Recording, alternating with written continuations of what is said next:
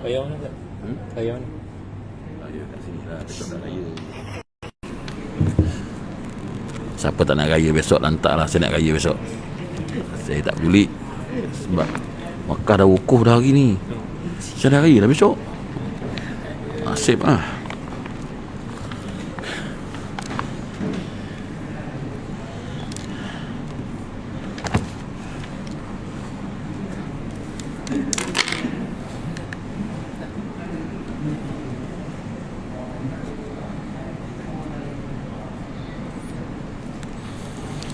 Bismillahirrahmanirrahim. Alhamdulillahillazi arsala rasulahu bil huda wa dinil haqq liyuzhirahu 'ala ad-din kullih walau karihal kafirun. Asyhadu an la ilaha illallah wa asyhadu anna Muhammadan abduhu wa rasuluh. Allahumma salli wa sallim ala sayyidina wa habibina wa syafi'ina Muhammadin sallallahu alaihi wasallam. Amma ba'd. Ayyuhal mu'minun ittaqullah usikum wa iyaya bittaqwallahi faqad fazal muttaqun. Subhanaka la ilma lana illa ma 'allamtana innaka antal alimul hakim. Rabbi syrah li sadri wa yassir li amri wahlul 'uqdatam min lisani yafqahu qawli. Rabbi yassir wa la tu'assir ya karim. Allahumma zakkirna ma nasina wa 'allimna ma jahilna. Allahumma zakkirna ma nasina wa 'allimna ma jahilna. Allahumma zakkirna ma nasina wa 'allimna ma jahilna. Tuan-tuan guru, para alim ulama, para asatizah muslimin dan muslimat, mudah-mudahan dirahmati Allah subhanahu wa ta'ala insyaAllah.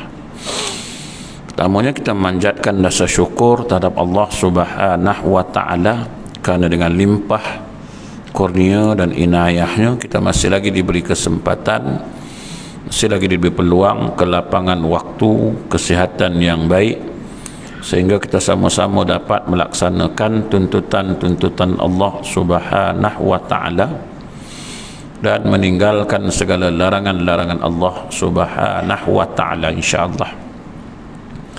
InsyaAllah malam ni kita menyambung lagi perkongsian ilmu kita dengan menggunakan kitab Al-Mawa'iz Al-Badi'ah, pengajaran yang ke-31 yang kita dah baca hari itu, dan kita menyambungnya. Dan umpama ilmu orang yang kurang akal itu seperti mutiara dan intan pada leher binatang.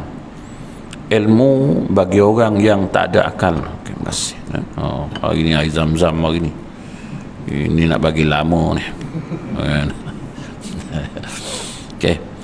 Umpama orang yang umpama ilmu orang yang kurang akal seperti mutiara dan intan pada leher binatang. Dia tak ada manfaat pun. Letak mutiara kat situ, kat leher binatang, letak intan kat leher binatang pun tak ada manfaat apa pun.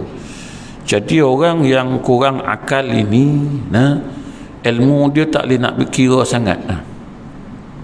Walaupun dia cakap, tapi cakapnya tu dia pun tak ada ilmu pun sebenarnya, tapi dia bercakap pandai dan sebagainya.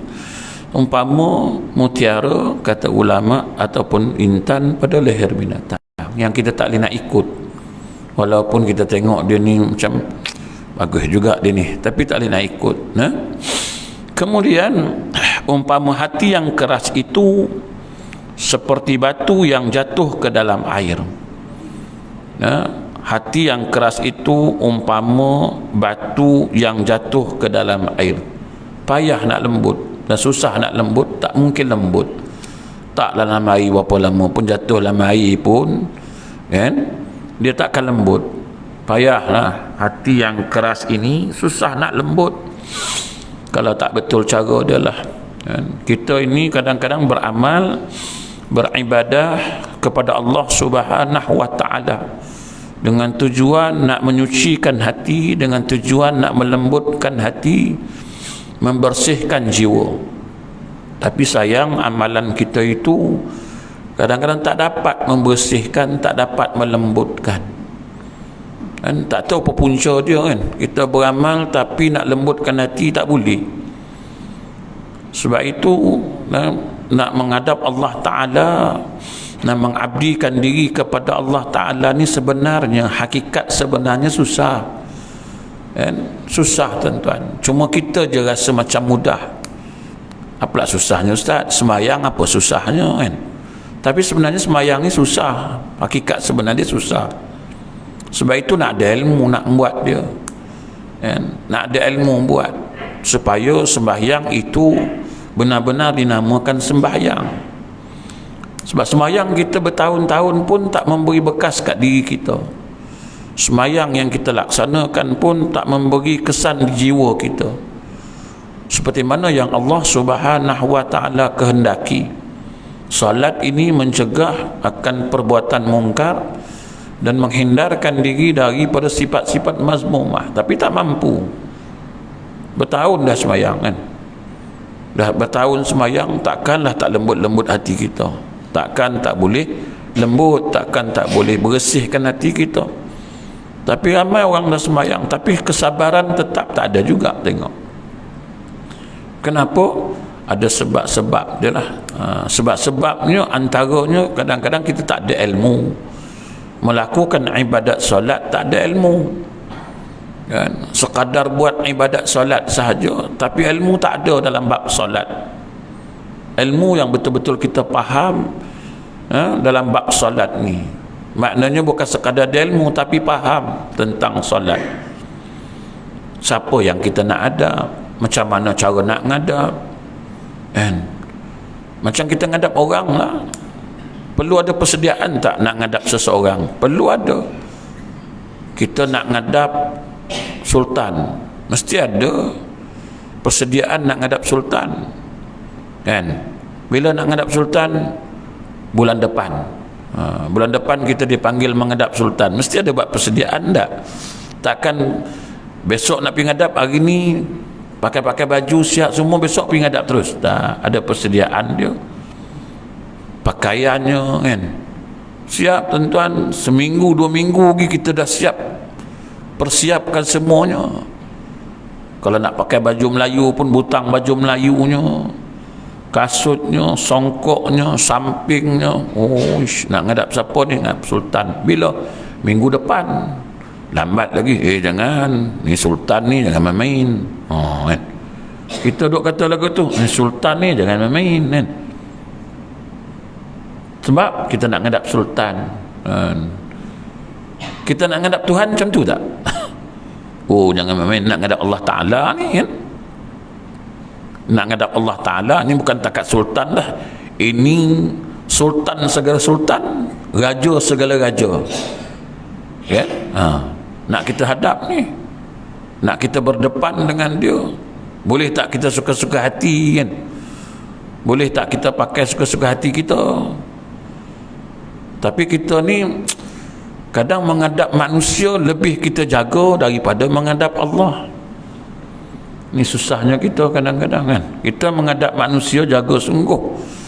Adab kita dengan manusia ni kita jaga. Akhlak kita dengan manusia kita jaga. Adab kita dengan Allah, akhlak kita dengan Allah kita tak jaga. Bila kita menghadap Allah Ta'ala dalam keadaan kita tak menjaganya, bagaimana dapat membersihkan jiwa kita, hati kita? Hati itu tetap terus keras kan? Sebab yang kita menghadap Allah Ta'ala, Allah Ta'ala pun nak tak nak je terima. Dalam keadaan Allah Ta'ala tak redha kita jumpa dia kan? Contohlah kan, orang nak pergi haji, apa persediaan awal yang kena ada kan? Kita dengan Tuhan tak ada masalah, nanti minta ampun dengan Allah sampai sana boleh minta ampun. Sebelum kita nak pergi nak dapatkan haji mabrur kan, mestilah ada adab dia, ada syarat dia. Sebab itu nak diperhatikan. perbelanjaan kita nak pergi haji, duit mana ambil? Kan? Kita dengan adik-beradik kita, dengan mak kita, bapak kita ni macam mana, dah pergi minta maaf belum? Kan? Hari ni hari wukuf di Arafah. Sekarang ni mungkin wukuf ada 2 hari lah kot, kan? Biasa wukuf sehari je, kan? Wukuf di Arafah pada 9 Zulhijjah. Hari ni wukuf di Arafah, besok wukuf di Malaysia pula, kan? Besok pun boleh puasa. Puasa apa besok? Arafah pula. Hari ni tak boleh puasa lah. Hari ni di Mekah wukuf, kita puasa lah, puasa hari Arafah. Besok hari apa pula nama? Arafah juga. 2 hari lah. Saya pun tak faham, kan? Orang tanya saya, Ustaz, bulan puasa Ustaz? Saya kata saya tak puasa. Kan tak puasa, tak tahu nak puasa bila. Habis tu tak puasa lah. Apa ni Ustaz, puasa sunat? Dia pensyarah kat saya, Ustaz tu tak puasa sunat Arafah ni Ustaz. Saya kata dah lama puasa, dah setahun. Bila Ustaz puasa?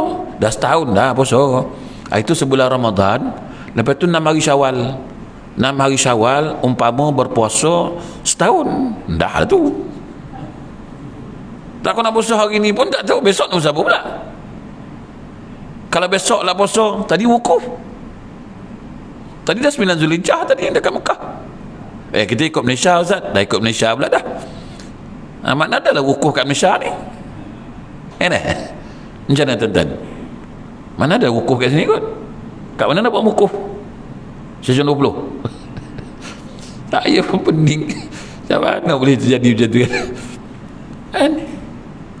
Kata 9 Zulhijjah, atau Saudi yang tak betul ke kita tak betul? Orang Saudi tak betul? Kita pun komen lah, Arab Saudi kenapa wukuf hari ni patut besok? Macam tu kah? Tu Saudi katalah, ni negara aku, memang wukuf hari ni, pahala kau.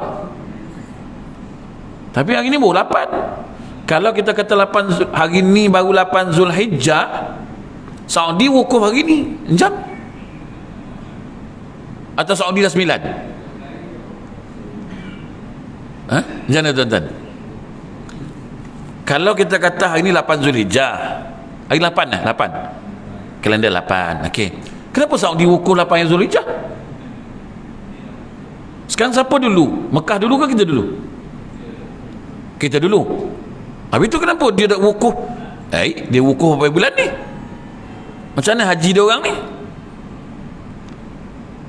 Macam mana haji yang ratus ribu orang ni sekarang wukuf, kan? Wukuf. Hari ni kita kata 8 Zulhijjah. Sekarang kita dah malam 8 malam. Sana dah pukul 3 petang. Betul? 3 petang hari apa? 3 petang hari apa ni? Jumaat lah. Kita pun Jumaat ni 8 kan? Dia pukul 3 dia wukuf. Dia wukuf dari semalam hari Tarwiyah 8. Dia panggil 8 bulan hari Tarwiyah. Dia pergi wukuf di Arafah. 9 Zulhijjah hari wukuf. Hari ni kan? Hari ni kita baru 8 dah. Kita dulu, tapi kita duduk di belakang, dia pula ke depan. Pening ke apa? Tak tahulah, kan? Sebab itu saya tak puasa. Habis besok pun tak puasa. Asal tak puasa? Sebab dah raya. Puasa hari raya hukumnya haram. Tapi kalender besok baru 9. Kalender mana? Kalender. Tapi saya ikut wukuf di Arafah. Tak tahulah tuan-tuan ikut wukuf kat Malaysia pula. Raya tak kisahlah. Raya bila-bila boleh raya. Nak raya Isnin, Selasa, Rabu, Khamis, Jumaat, suka hati. Masalah nak buat ibadat tu yang kita nak tanya. Okey, korban tak ada masalah. Korban ada 4 hari.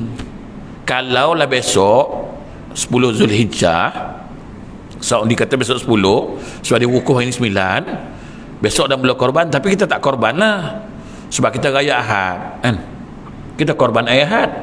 Kalau ikut Saudi, Ahad tu dah 11 Zulhijjah, 12 hari Senin, 13 Selasa, 14 boleh korban tak kalau ikut Saudi?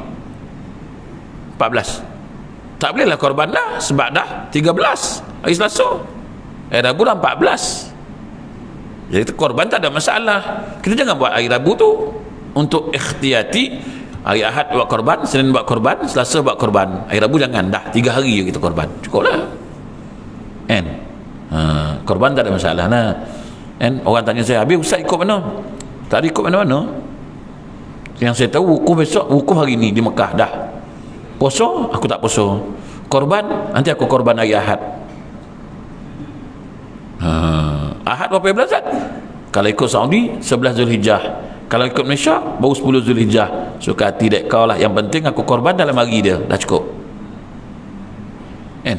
Tapi tak apalah, adalah sebab-sebab tertentu. Mungkin ada para tua dah bincang, para alim ulama muktabar dah bincang kenapa dia buat macam tu, mungkinlah kan. Cuma saya je lah, saya macam tertanya-tanya, kenapa ada wukuf 2 hari ya? Hari ni wukuf, besok hari apa pula? Besok di Mekah 11 hari bulan dah melontar hari tasyrik. Kalau besok raya kan 10, betul lah. Tapi kalau kita 11 hari bulan tu, hari Ahad tu, kira kalau Saudi dah melontar hari tasyrik. Tapi tak apalah, tuan-tuan ikut je lah. Awak tak ada ilmu kan, ikut je lah. Dia suruh raya, dia suruh kan, wukuf. Tapi tahun sebelum-sebelum ni wukuf sehari je, wukuf je Saudi, raya kita. Tahun ni wukuf je Saudi, tak boleh, raya Ahad. Tak tahu sebab kan. Tak apalah tuan-tuan, jangan risau, raya poso sepulang tuan-tuan. Okey, baik. Kemudian, dan umpama pengajaran pada orang yang gemar padanya itu seperti mengencing pada kubur. Kan? Ini semua ni penyakit-penyakit dah ni, kencing kubur dan sebagainya. Umpama sedekah daripada harta haram, ada duit daripada sumber haram, pergi rajin bersedekah, seperti orang yang membasuh sesuatu yang dikeluar daripada kainnya dengan kencingnya kan. Basuh dengan air kencing, sedekah rajin tapi duit haram. Menangnya nombor ekor, sedekah. Kena je nombor, sedekah selalu. Ada tak sedekah ni? Ingat nak sedekah lah kat Surau An-Nur misal, semalam kena kan, walaupun second prize punya, tapi boleh lah, alhamdulillah lah, dapatlah bersedekah sikit kan. Ni dia kata umpama kita membasuh sesuatu yang keluar daripada kain kita tu dengan air kencing kan, tak ada manfaat pun sedekah dengan harta yang haram kan. Dan umpama semayang dengan tiada berair sembahyang, seperti tubuh dengan tiada nyawa. Semayang tapi tak ada air semayang, tak ambil air semayang. Makna semayang seperti mana tubuh yang tak ada nyawa, tak ada manfaat. Ada tubuh pun nyawa tak ada, tak manfaat juga kan. Semayang tapi air semayang pun tak ambil. Semayang air semayang pun tak sah. So itu ada ilmu, kena ambil air semayang ni biar betul ambil air semayang. Ada adab, ada tartib dan sebagainya dalam mengambil wuduk. Sebab itu kena belajar betul-betul. Sebab itu Imam Ghazali rahimahullah ta'ala kata tu fardu ain, belajar ambil wuduk betul-betul. Macam mana wuduk yang sebenarnya, macam mana mengambil wuduk yang sahnya kan. Kena tahu lah, jangan asal basuh je. Asal basuh sudah, yang penting basuh. Kalau tak sah wuduknya, tak sah sembahyang nanti. Sembahyang ni perlukan wuduk, sekarang wuduk tak sah kan, macam mana nak sembahyang? Kita harus mengambil kira, nak sembahyang kena tengok wuduk kita, kena tengok pakaian kita. Sembahyangnya okey, cantik dah, tapi kainnya najis, macam mana sembahyang begitu? Sembahyangnya dah okey, tapi wuduknya tak sah. Itu macam mana tuan-tuan? Sebab itu ibadat kena ambil tahu, bukan hanya sembahyang aja, tetapi apa yang melibatkan dengan sembahyang kena ambil tahu. Kena jaga. Kita boleh jaga sembahyang, kita juga kena jaga suci. Suci pakaian kita, suci tempat kita, suci diri kita. Sembahyang okey, alhamdulillah. Jaga sungguh sembahyang ni, angkat takbirnya semua jaga, alhamdulillah. Sucinya tak jaga, apakah sembahyang itu diangkat oleh Allah? Itu yang kita bimbang. Dan umpama amal dengan tiada taubat itu seperti rumah dengan tiada tiang. Amal dengan tiada taubat, beramal juga tapi tak taubat dari dosa-dosa. Umpama rumah dengan tiada tiang. Macam mana nak buat rumah tiang tak ada? Mana nak lekatkan dinding, mana nak sangkutkan bumbung, tiang pun tak ada. Jadi sebelum kita nak solat, sebelum kita nak beramal, kena bertaubat dulu, bersihkan diri, supaya Allah Ta'ala terima kita ni sebagai hamba yang bersih waktu menghadap dia. Waktu nak menghadap Allah Ta'ala ni, bersihkan diri dulu dari sifat-sifat mazmumah, dari perbuatan-perbuatan keji. Bagaimana cara nak membersihkannya? Tidak lain dan tidak bukan, kita kena bertaubat kepada Allah. Bertaubat kepada Allah Ta'ala sebelum nak mendekatkan diri kepada Allah. Pastikan diri kita ni bersih, pastikan diri kita ni suci sebelum nak mendekatkan diri pada Allah. Nak dekatkan orang pun kita bersihkan diri kita dulu, mandi dulu, pakai minyak wangi, bersih kita, wangi kita, nak dekat dengan orang. Nak mendekatkan diri pada Allah, takkanlah kita tak jaga kebersihan kita, pakaian kita, semua tak nak jaga. Kita nak berkorban. Apa makna korban? Qarib, menghampirkan diri kepada Allah. Nak korban apa yang Tuhan suka? Apa binatangnya? Macam mana nak korban supaya korban kita itu diterima Allah? Sebab itu korban ni susah, namanya korban. Tapi korban kita ni di Malaysia paling senang lah, bagi duit ke AJK kan. Berapa satu bahagian Tu Haji Razak? 7,500. Nah Tu Haji, saya punya bahagian. Nanti Tu Haji uruslah, saya tak ada, saya balik kampung. Senang betul korban lah kita. Ni kaki macam mana nanti ni? Kalau tak ada siapa-siapa, tanam je lah kan. Kulit tanam je lah, tak ada siapa nak kan. Habis semua apa yang nak, semua tanam je. Senang betul korban kita ni. Korban kita cukup senang. Bagi duitnya, bagi duit dah. Okey, orang pun tanya, korban tu ni tuan? Korban dah bayar lah? Dah bayar kat JK. Itu jumpa Haji Razak, sudah bagi dah 7,500. Tapi saya tak ada lah, saya balik kampung. Senang tu. Pesan pula kat Haji Razak, Ji, nanti simpan saya punya sikit lah. Korban kita paling senang lah kan. Korban orang Malaysia paling senang. Tak tengok apa pun tak tahu mana lembu kita pun tak tahu. Dia balik kampung. Ada orang kata besok kita ni yang berkorban ni, besok ke akhirat dia nak naik binatang tunggangan tu, dia kata kan. Saya kata nak naik macam mana, tak kenal. Apa tak kenal lah Ustaz? Ya kau tak tengok itu lembu yang korban tu, kau tengok lah. Kau tengok ke tak? Nanti tanyalah Haji Razak, Ji, lembu korban saya mana satu? Besok nak naik, besok satu ekor tu naik 7 orang, bengkok lembu tu. Lembu dah lah kurus pula tu, tulang. Lepas tu kepala pula tak ada, dah dibuang itu. Kaki dah ada, dah tanam. Semua tak ada, jauh tanam. Sebab itu korban ni susah. Korban ni sunat tengok mana Ji lembu, Ji saya nak tengok lembu ni mana kan. Kalau lembu tu jinak boleh usap-usap dulu kan. Jangan nanti lembu dah sampai tempat sembelih Ni tuan punya lembu ni yang tuan punya bahagian tu, ni lembu dia. Tengok kuihnya berapa ni? 52. Mahalnya kan. Saya tengok hari tu yang kat tu 48 je. Dah tak puas hati lah. Tapi tuan memang, yalah, saya bukan tak puas hati, cuma yalah macam kurus. Dah tak puas hati lah tu.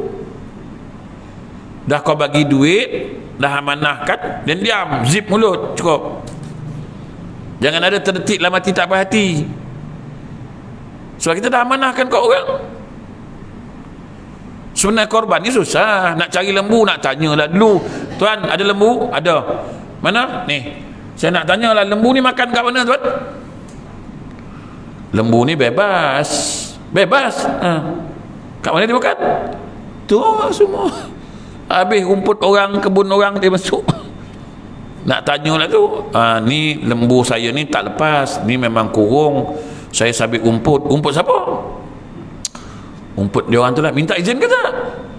Takkan rumput pun nak minta? Orang punya. Kalau nak ikut lah kan, kalau nak ikut korban yang betul, tanyalah. Sebab nak bagi barang bersih ni kan, nak bagi barang bersih, nak korban, nak mendekatkan diri pada Allah. Kalau boleh aku punya korban ni, barang yang aku nak bagi ni bersih sungguh, mudah-mudahan Allah Ta'ala terima korban aku ni. Jangan asal korban. Susah kan? Susah. Tapi tinggal lagi kat Malaysia ni paling senang lah kan. Paling senang korban kat Malaysia, paling senang kan. Palun je lah, yang penting korban kan. Korban lah kita pun. Kemudian, maka jangan sentosa kamu akan tipu Allah Ta'ala dan akan lorongnya. Maka tiada sentosa akan tipu Allah Ta'ala itu melainkan segala kaum kerugian dan celaka. Jangan ingat kita selesa dapat menipu Allah Ta'ala. Kita tak mungkin dapat tipu Allah kan? Kita buat elok-elok semayang, tipu Allah Ta'ala. Macam mana kita tipu dia? Jasad berdiri depan kan? Hati kita tak ingat dia langsung. Jasad dia berdiri kan? Hati tak ingat kat dia kan? Kita bohong Tuhan. Berdiri depan ni Allahu Akbar, sebut Allah Maha Besar. Hati kita mana? Mengayau. Hati kita besok nak balik kampung, lambat-lambat jam jalan besok kan? Mengayau dah sampai kampung lah. Jasad ada kat sini, pergi ngadap Tuhan kan? Tu bohong Tuhan lah. Tinggallah kau, aku tinggalkan jasad je, kau tengok sendirilah kan, nantak kau lah kan. Yang penting aku jalan. Allahu Akbar kan, semayang. Kemudian, dan kata olehmu, hai Tuhan kami, kami aniaya akan diri kami, dan jika tiada engkau ampun akan kami, engkau kasih akan kami, senyalah kami itu daripada segala orang yang kerugian. Allah Ta'ala kata apa? Rabbana zalamna anfusana wa illam taghfir lana wa tarhamna lanakunanna minal khasirin. Dia kata, hai Tuhan kami aniaya akan diri kami ni. Allah, kita ni selalu zalim diri kita. Dan jika tiada engkau ampunkan akan kami, engkau kasih akan kami, nescaya kami ni berada dalam orang-orang yang kerugian. Kita mengharap keampunan dari Allah dan kasih sayang Allah Ta'ala. Mudah-mudahan kita ni tak rugi nanti ke akhirat. Kita mengharap doa pada Allah, mudah-mudahan Allah Ta'ala ampunkan kita.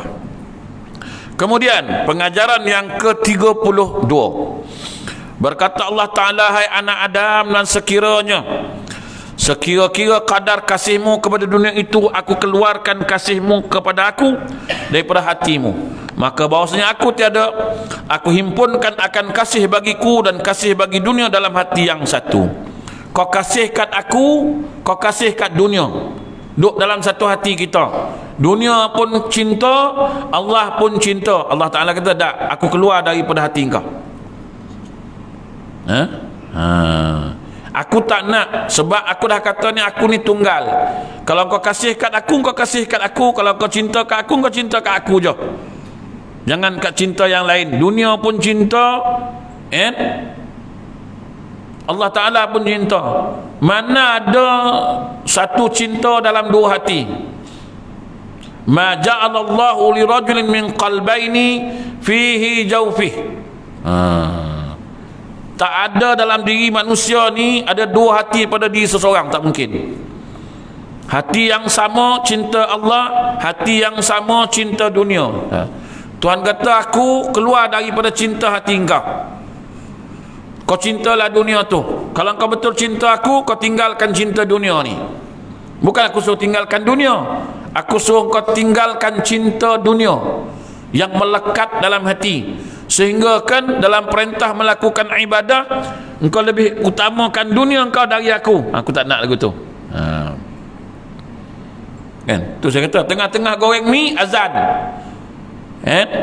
Kalau kau cinta aku, kau tinggalkan goreng mi kau tu. Aku pergi ngadap Tuhan dulu. Tapi kalau aku tinggalkan orang belah belakang, rugilah aku kan. Ni bisnes aku. Macam mana ni? Tuhan kata, aku bukan tak bagi kau ambil dunia, aku tak bagi kau melupakan dunia. La tansa nasibaka minad dunya. Tak, aku tak bagi tinggalkan dunia ni. Ambil lah, tapi janganlah kau mencintai dunia tu melebihi kau daripada mencintai aku. Sehingga kan, kerana cinta kau kat dunia, perintah aku pun kau boleh lambat-lambat. Kerana cinta kau kat dunia ni, sampai semayang pun kau lambat. Kerana kau cintakan dunia ni, sampaikan Quran pun kau tak nak tengok. Kau cintakan dunia ini, sampaikan kau nak bersedekah, perintah aku pun kau tak pedulikan. Aku suruh kau belanjakan sebahagian harta, tapi kau cintakan dunia tu sampai kau kedekut, kau jadi bakhil nak bersedekah. Bukan itu kata Allah. Jadi aku terpaksalah hindarkan diri aku dalam hati engkau. Cinta sangatlah dunia tu. Maknanya kita jangan sampai mencintai dunia melebihi dari mencintai Allah. Jangan sampai melebihi daripada kita mencintai Allah. Utamakan Allah Ta'ala. Kerana dunia kita tak peduli hukum halal haram syubhah, tak peduli. Yang penting aku dapat. Tapi itu syubhah, bukan haram pun. Ini yang Tuhan tak bagi. Jangan terlalu cintakan dunia ni sampai lupakan Allah, sampai meninggalkan hak Allah, sampai tidak memperdulikan larangan Allah. Dan kerana dunia, kerana pangkat, kedudukan, sampai kita kerana cintakan pangkat kita ni sampai kita lupakan hak milik Allah. Malahan kita menentang Allah. Dengan pangkat yang kita dapat, kita tentang Allah. Ini yang Allah tak nak ni. Nak rebut pangkat tu, ambil lah, tapi jangan lupa Allah Ta'ala. Yang pangkat tu sendiri pinjaman dari Allah, amanah Allah.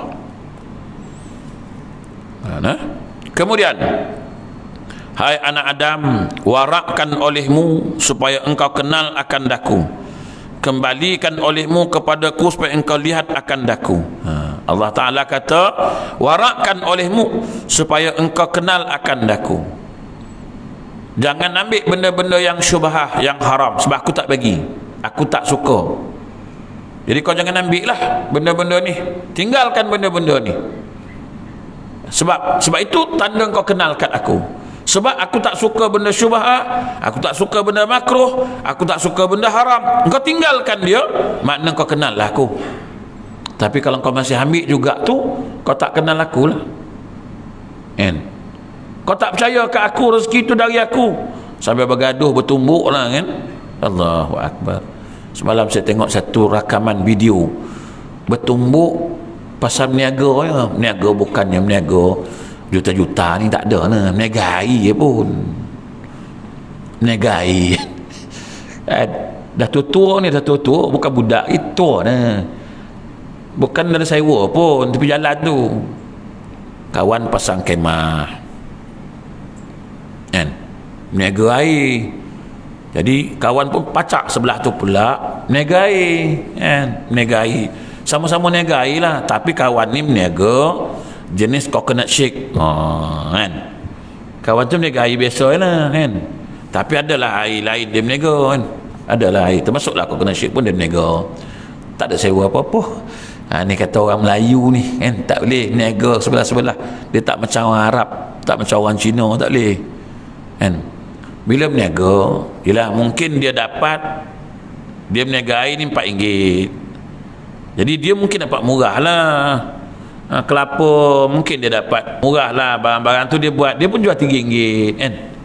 Bergaduh tuan, bertumbuk, tua-tua bertumbuk, orang hon tepi jalan pun dah bawa odor kan. Tak kisahlah kau nak berniaga RM3, kau nak berniaga RM4, suka hati. Rezeki tu dari Allah. Kalau Allah Ta'ala kata tu rezeki kau, walaupun kau jual RM10, tetap rezeki kau. Tapi tak percaya ke Allah Ta'ala? Oh, ini dah sailang ni, kau nak macam nak tutup puyuk nasi aku, kau jual RM3, aku jual RM4, minta habis lah. Apalah masalah lah kan. Dia pandai berniaga kan, dia pandai berniaga, walaupun RM3 dia masih untung banyak juga. Kau nak untung banyak, jual RM4 kan. Padahal modal sikit ya. Contoh sama-sama modal RM1, tapi dia jual RM3, dia nak ambil untung RM2 juga lah. Tapak pun tak sewa, semua tak ada, kemah pun tak sewa kan, RM2 dah lah. Kau nak untung banyak, jual RM3, jual RM4, untung RM3 kan.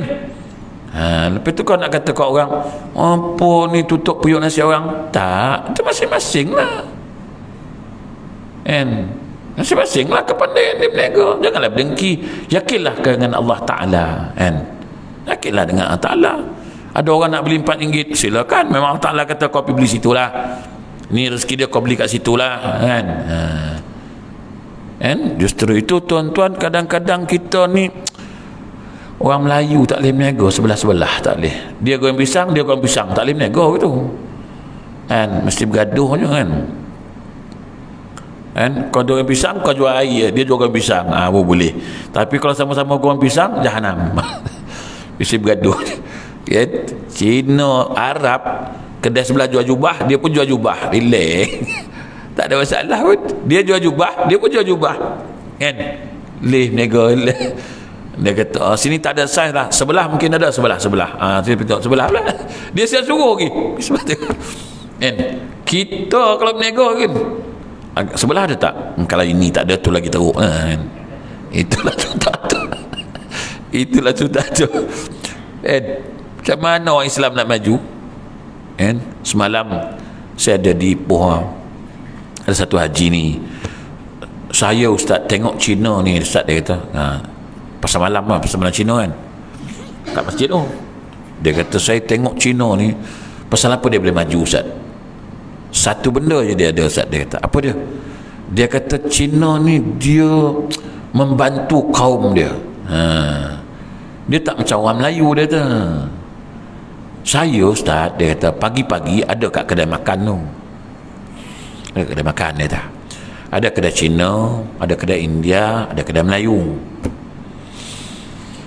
Cina dia kata datang-datang dia tengok kedai Melayu, Cina dia berhenti minum. Melayu tak macam tu ustaz, dia kata dia.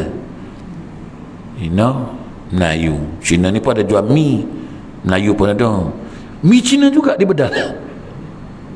Ada orang jual mi Melayu, ada yang jual mi kedai Melayu, tak, dia pergi dari Cina juga. Semalam lah kat Ipoh malam, pelik ustaz, dia kata dia ada kedai. Saya kata dia mungkin tak nak resis lah kot. Tak nak resis apa ustaz? Dia kata dah tahu tu kedai Cina, pergi makan mi tu apa. Yang syoknya ustaz, berkupiah ustaz.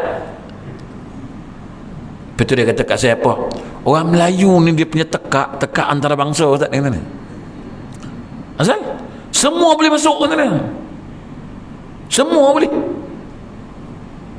kan. Tengok tuan-tuan kan, kat situ pun dah nampak dah orang Islam ni payah, orang Melayu kita ni payah kan. Jadi dia boleh sesah semualah, boleh makan semua, dia siap pakai chopstick lagi orang Melayu kita, elek dia makan kan. Pakai chopstick tuan, sesekali boleh pakai lah, kenalah cuba. Tuan orang Melayu lah, Melayu, Islam pakai chopstick boleh, tak apa. Dia mana-mana kata boleh. Yang boleh pakai chopstick ni Kalau dia convert, maksud dia ni orang bukan Islam, dulu makan pakai chopstick kan, sekarang dah masuk Islam tapi dia pakai chopstick gak, itu boleh lah, sebab itu memang budaya dulu dia gunakan pakai chopstick tu. Tapi kalau kita ni pasal apa nak pakai chopstick tu? Nak tunjukkan kepakaran kan? Kita tak boleh pakai, kalau yang convert boleh pakai. Kita janganlah tiru orang pakai chopstick, kita nak pakai chopstick kan.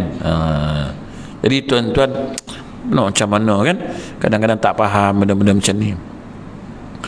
Jadi, dan selesaikan olehmu akan dirimu bagi berbuat ibadah akan daku supaya sampai engkau kepadaku.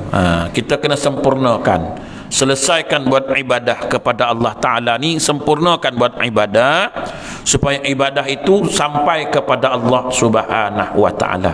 Jangan ibadah kita tu tergantung-gantung. Jangan ibadah itu mardudatan la tuqbalu, kata Ibn Ruslan dalam kitabnya Az-Zubad. Dia kata mardudatan la tuqbalu, ditolak dan tak diterima oleh Allah. Penat buat ibadat tapi ibadat ditolak. Nanti akan datang kita bicara sedikit tentang pasal apa ibadat ditolak. Dah buat kena tolak. Kan? Dah banyak dah buat ibadat tapi kena tolak oleh Allah Ta'ala.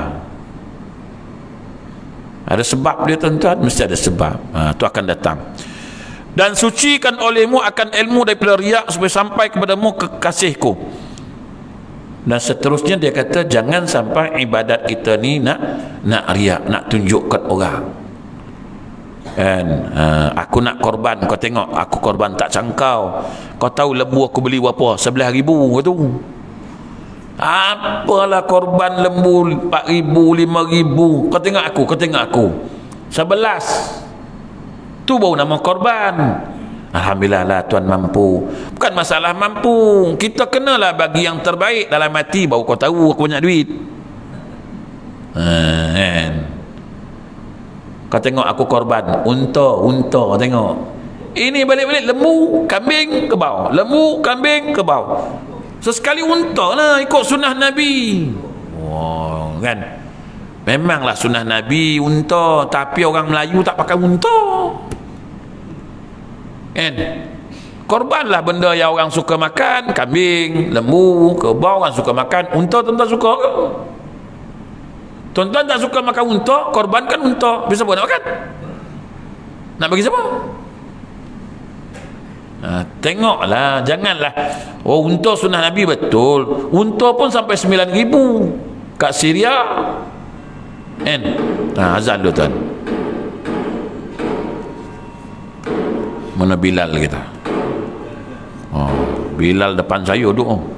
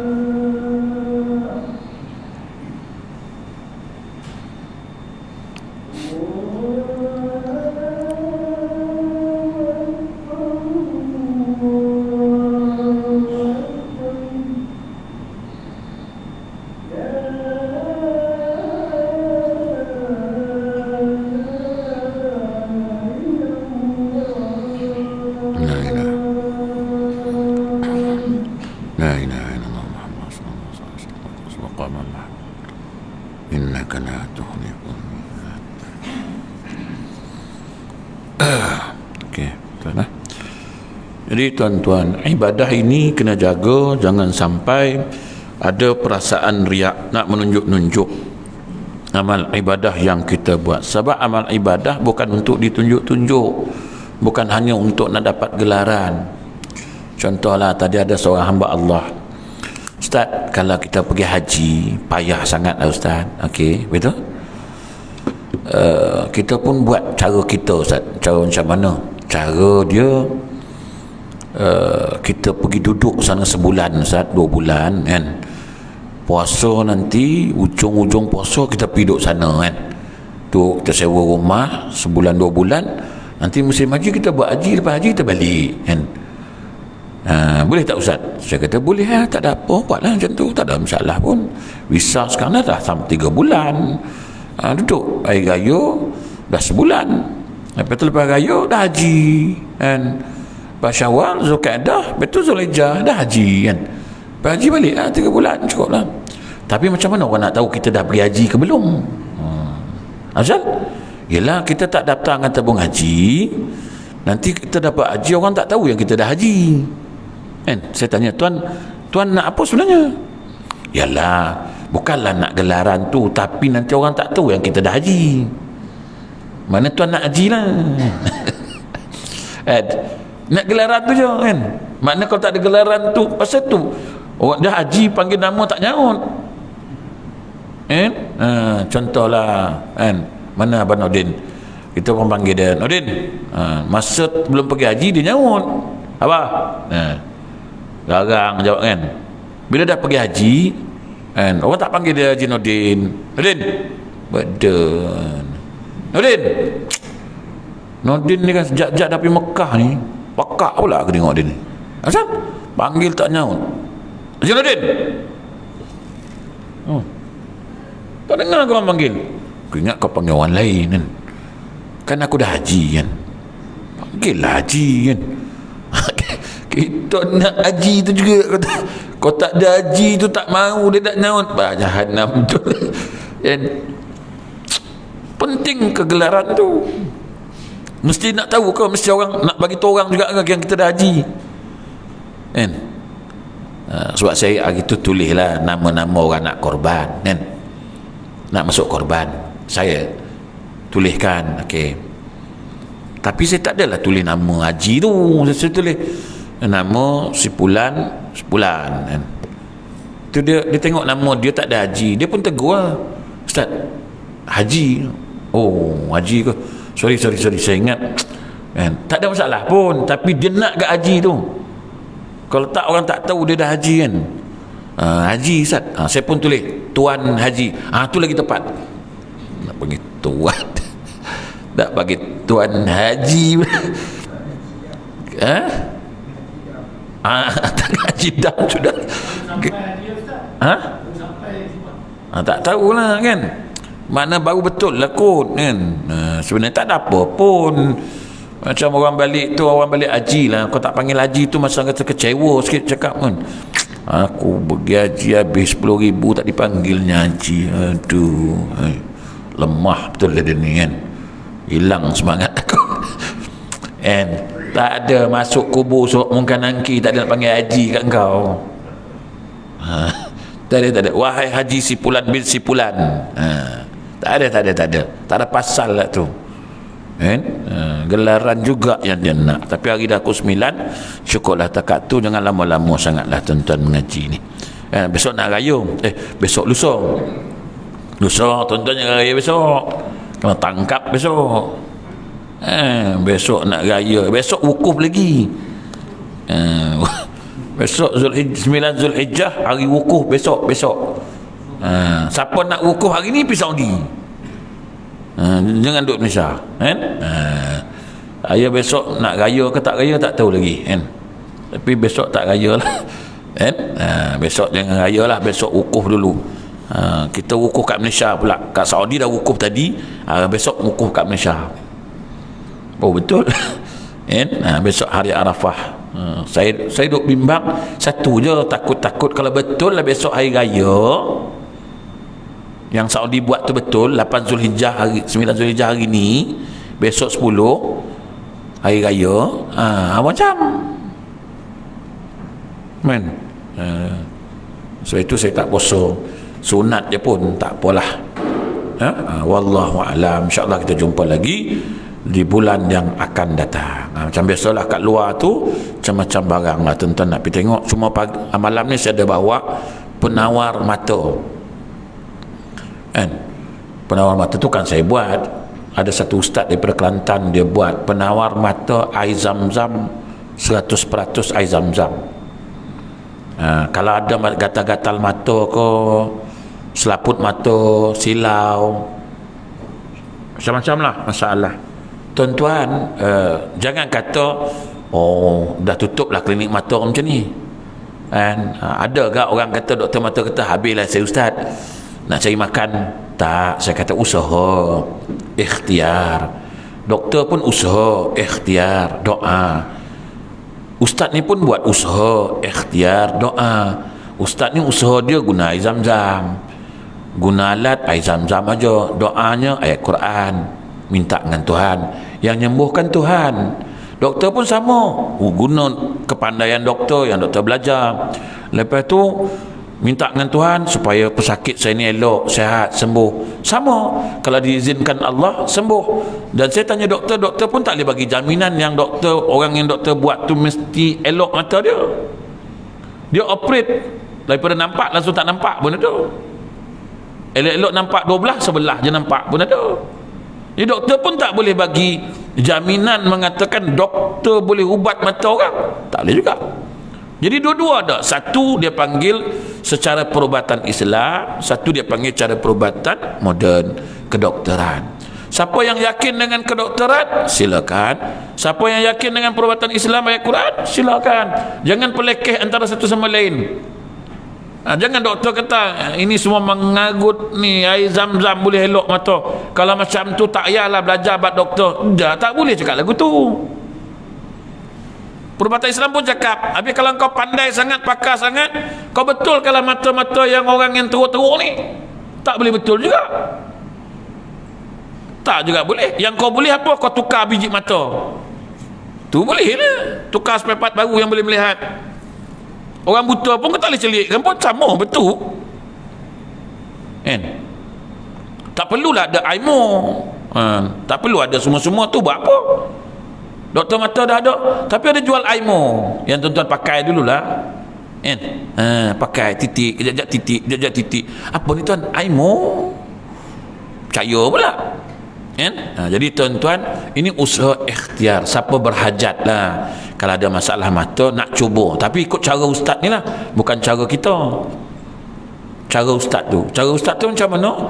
Nak pakai zam-zam ni, nak tidur kan, titik selawat 3 kali, titik kanan, titik kiri. Pagi besok bangkit tu selawat 3 kali, titik kanan, titik kiri. Itu cara yang dia suruh, itu cara dia lah. Siapa ada keyakinan dengan benda Allah tu, boleh kat belakang tu tengok sekarang. Bukan saya punya, sebab saya pun guna benda tu. Punca saya guna benda tu itu pasal hantar jenazah kat Kelantan, tu punca dia. Di Kelantan, saya kata nak balik cepat ni tuan, sebab saya malam drive silau lah, tak berani sangat nak lari laju. Dia pun bagi, cuba ustaz pakai ni. Ni apa ni? Dia kata ni air zam-zam. Saya ingat air mu. Kalau air mu aku pun ada. Dia kata ni air zam-zam ustaz. Ustaz cubalah. Nanti nak tidur malam selawat titikkan. Pagi besok bangun selawat titikkan. Saya pun amalkanlah. Tapi alhamdulillah pula silau tu dah tak ada, kurang. Kan, pedih-pedih mata tak ada. Alhamdulillah lah. Betul saya cakap dengan dia, alhamdulillah lah air zam-zam ni. Dia kata itu usaha ikhtiar doa, bukan ubat tu elok ustaz. Dia kata bukan air zam-zam semua tu, itu kehendak Allah Ta'ala. Ada Allah Ta'ala izinkan sembuh, ada Allah Ta'ala izinkan tak sembuh. Cuma dia bagi tahu yang kencing manis tinggi tak payahlah guna dulu. Dia kata kalau dah 12, 13 kencing manis, bagi rendah dulu 8, 7 baru guna. Sebab kalau 12, 13 guna pun benda Allah ni, sebotol pun tak dia apa dia tu. Curah sebotol pun air zam-zam tak dia apa. Tapi malam ni dapat air zam-zam ni kan. Dapat air zam-zam dengan izin Allah Ta'ala. Tadi Tuan Bilal bagi air zam-zam kan.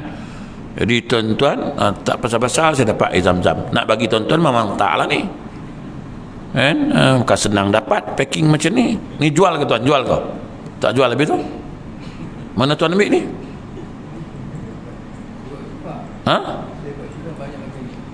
Buat syifa banyak pakai ni. Nampak? Air zam-zam buat syifa. Ialah air yang paling bagus dalam dunia kan. Anak demam semua guna air zam-zam. Ada setengah orang kata apa? Itu semua tunggang agama semua tu. Bukan tunggang agama. Macam minyak zaitun yang sebut dalam Quran, bukan tunggang agama. Kita berusaha berikhtiar mengguna alat barang yang dijamin oleh Allah Ta'ala kebaikan dia. Air zam-zam kan. Jadi kita guna.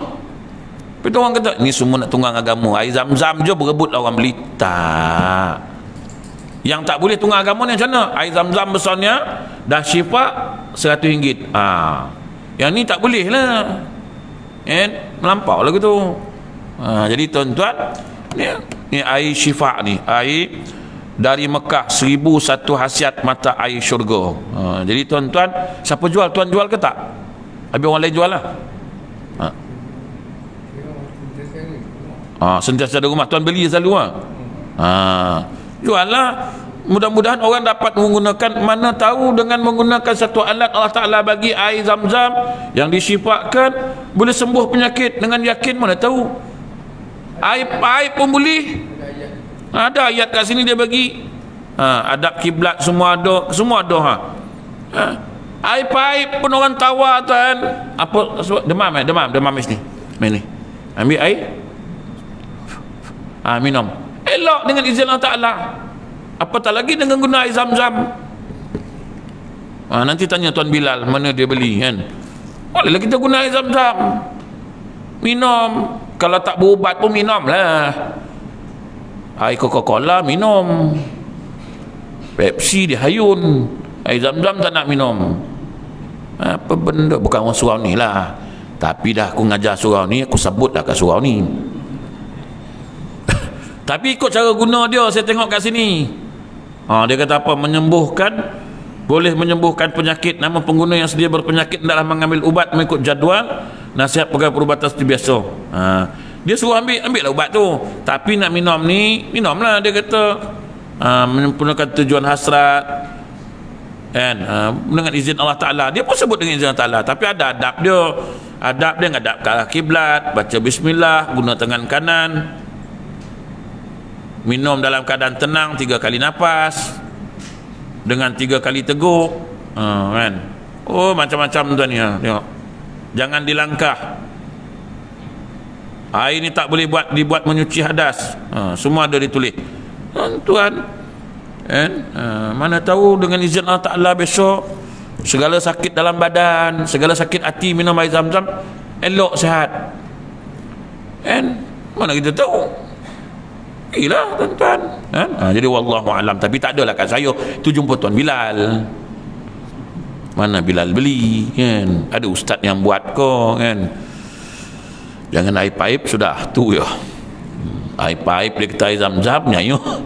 Tapi ni insya-Allah ni jujurnya dalam Islam dia kena meniaga menggunakan alat-alat yang suci, bersih lah, kan? Bersih. Betul orang tanya macam mana dia boleh jual banyak, macam mana dia boleh ambil air Zam-Zam banyak, kan? Mungkin dia pakai paip selalu kat situ. Sabar kan? Tapi mungkinlah orang pergi Mekah banyak sekarang ni bawa balik air Zam-Zam, banyaklah. Nah, wallahu a'lam. A'udzubillahi minasyaitonir rajim. Bismillahirrahmanirrahim. Zakirin syakir. Allahumma zidni bil hilmi wa akrimna bit taqwa min al-ba'afiyah. Wa sallallahu alaihi wasallam. Alhamdulillahirabbil alamin.